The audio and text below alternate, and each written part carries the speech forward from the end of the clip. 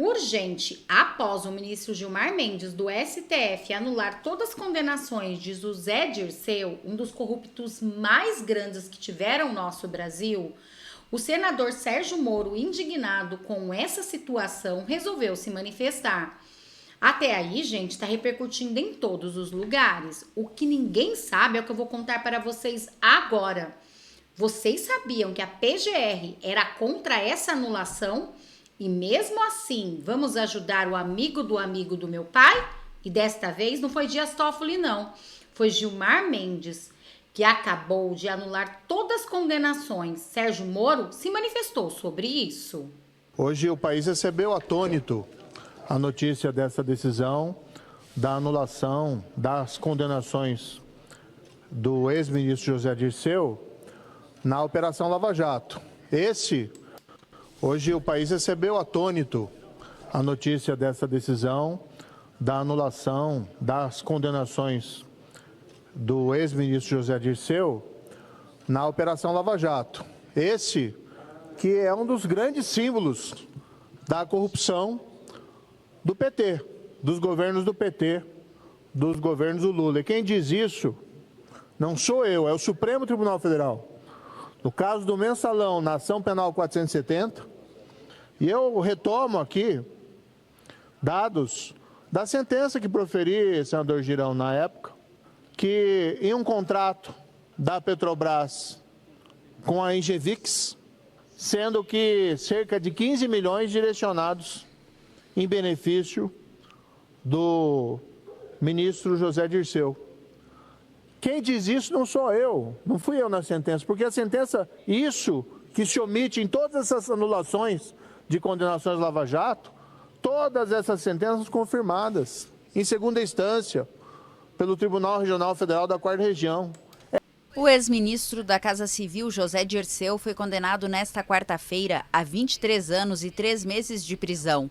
Um dos principais nomes do primeiro governo do ex-presidente Lula responde por crimes de corrupção, lavagem de dinheiro e organização criminosa. O juiz Sérgio Moro citou que o ex-ministro já foi condenado anteriormente pelo Supremo Tribunal Federal por corrupção passiva no caso do Mensalão. Com relação à Lava Jato, a decisão diz que a prática de corrupção envolveu o recebimento de cerca de 15 milhões de reais em propinas. Além do ex-ministro, a decisão de Moro traz também a sentença para mais 13 pessoas, entre elas João Vacari Neto. O ex-tesoureiro do PT foi condenado a 9 anos de prisão por corrupção passiva. A pena será cumprida inicialmente em regime fechado, mas cabe recurso da condenação. Todas essas sentenças confirmadas em segunda instância pelo Tribunal Regional Federal da 4ª Região. Essa, em particular, confirmada a condenação por corrupção no Superior Tribunal de Justiça. E, de repente, se cria uma fantasia, uma narrativa que não tem base fática nenhuma, de que teria havido alguma espécie de perseguição, de conluio. As provas, nesse caso, não se baseavam apenas na palavra de um colaborador, havia prova documental, havia um registro documental dos valores indo do contrato da Petrobras para pagamentos em benefícios do ex-ministro. Tanto era assim que eu me lembro muito bem, presidi a audiência, o ex-ministro não teve condições de negar que aquele dinheiro o tinha beneficiado. Mas para buscar evitar a condenação e criar um álibi, ele afirmou que era um empréstimo. Ele havia recebido empréstimo do intermediador de propina, de suborno, no caso da Petrobras. Claro que era um álibi que não sustentava. Primeiro porque não tinha contrato, não tinha dinheiro voltando, era só dinheiro indo para ele. Onde nós vamos chegar? Com essas anulações por decisões monocráticas? Aqui, diga-se, contrariamente ao parecer do Procurador-Geral da República. Até hoje eu não vi nenhuma condenação da Operação Lava Jato ser reformada ou anulada com o argumento de que o condenado era inocente. Porque não ousam fazer isso, senador Cleitinho. Porque as provas são categóricas. Porque todos nós sabemos o que aconteceu.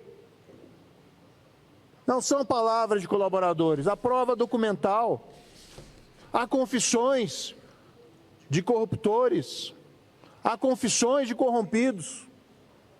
Outros países reconhecem esse trabalho. Recentemente ouvimos a notícia lá do Peru. Condenação do ex-presidente Alejandro Toledo por ter recebido subornos da Odebrecht. Se fosse no Brasil, essa condenação seria anulada. Não porque Alejandro é inocente, mas porque a justiça hoje está sendo posta de lado,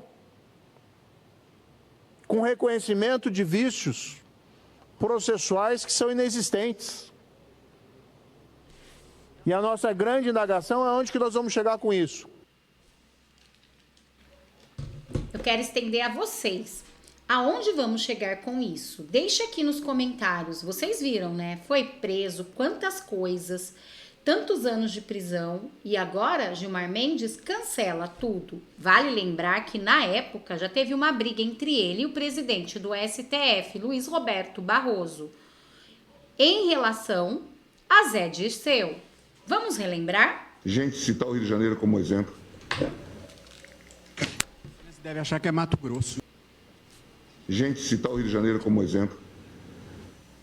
Você deve achar que é Mato Grosso. Não, é o Rio de Janeiro mesmo. Onde está todo mundo preso. No Rio não estão. Não, mas sim, aliás, nós prendemos, tem gente que solta.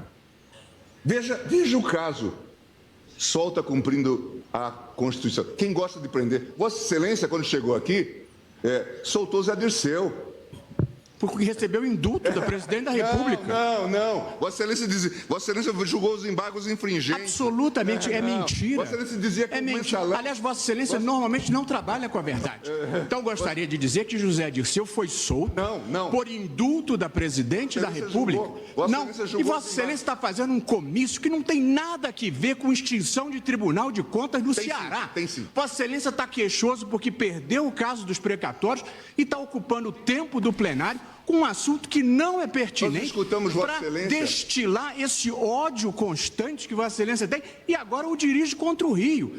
Vossa Excelência devia ouvir a última música do Chico Buarque. A raiva é filha do medo e mãe da covardia. Vossa Excelência fica destilando ódio o tempo inteiro. Não julga, não fala coisas racionais, articuladas. Sempre fala coisa contra alguém, está sempre com ódio de alguém, está sempre com raiva de alguém. Ministros, use um argumento, o mérito do argumento. Voltasse ao julgamento do caso, por favor. Só queria lembrar que os embargos infringentes do Zé Dirceu foram decididos aqui. Ministro, se pudesse voltar ao caso do Tribunal de Contas, este é o caso em julgamento.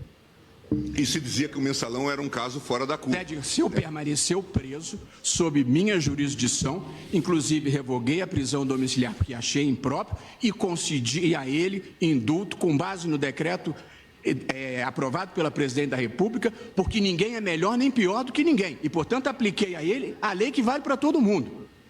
Quem decidiu foi o Supremo. Aliás, não fui eu, porque o Supremo tem 11 ministros. E, portanto, a maioria entendeu que não havia o crime. E depois ele cumpriu a pena e só foi solto por indulto e, mesmo assim, permaneceu preso porque estava preso por determinação da 13ª Vara Criminal de Curitiba. E agora só está solto porque a segunda turma determinou que ele fosse solto. Portanto, não transfira para mim esta parceria que Vossa Excelência tem com a leniência em relação à criminalidade do colarinho branco. Imagine. Ministro, eu peço por gentileza, estamos no plenário de um Supremo Tribunal e eu gostaria que vamos voltar. Por favor. Presidente, mas então eu dizia... Vocês viram, né? Um momento de coerência. Antigamente, Luiz Roberto Barroso já tinha, mas Gilmar Mendes já estava aí, protegendo os colarinhos brancos. E desta vez não foi diferente. Só que os presos do 8 de janeiro, esses coitados, eles não querem nem fazer acordo. Porque, segundo informações, 14 pessoas a mais foi condenadas no 8 de janeiro. E olhem essa notícia. Mas antes de eu trazer essa notícia sobre os presos do 8 de janeiro, olhem que foi contra a PGR, Gilmar Mendes, para safar José Dirceu. Vejam isso. PGR foi contra anular sentenças de Dirceu e avalia recorrer. Gilmar Mendes, do STF, invalidou condenações contra o ex-ministro por considerar Moro suspeito de julgá-lo. Mas vocês viram, né, o que disse o Sérgio Moro, senador da República, que tinha tudo comprovado em papéis. Portanto, essa decisão de Gilmar não se sustenta. Vamos aguardar para ver. Segundo informações aqui do Folha de São Paulo, a PGR é contra anulação e pode até mesmo recorrer. Bom, tomara que a justiça seja feita no nosso Brasil.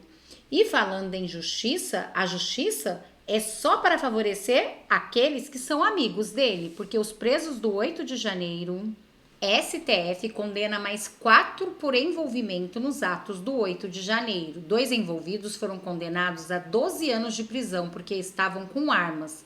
Outros 12 rejeitaram um acordo para encerrar a ação penal e evitar cumprir pena.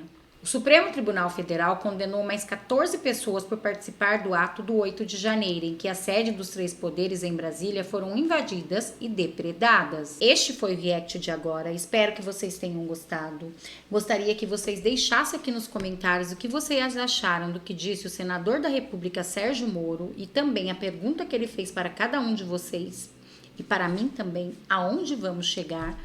E esperamos chegar longe. Esperamos chegar num país livre, aonde poderemos respirar aliviado com a nossa liberdade de expressão, aonde a corrupção realmente chegue aonde tem que chegar, como era antigamente na Lava Jato.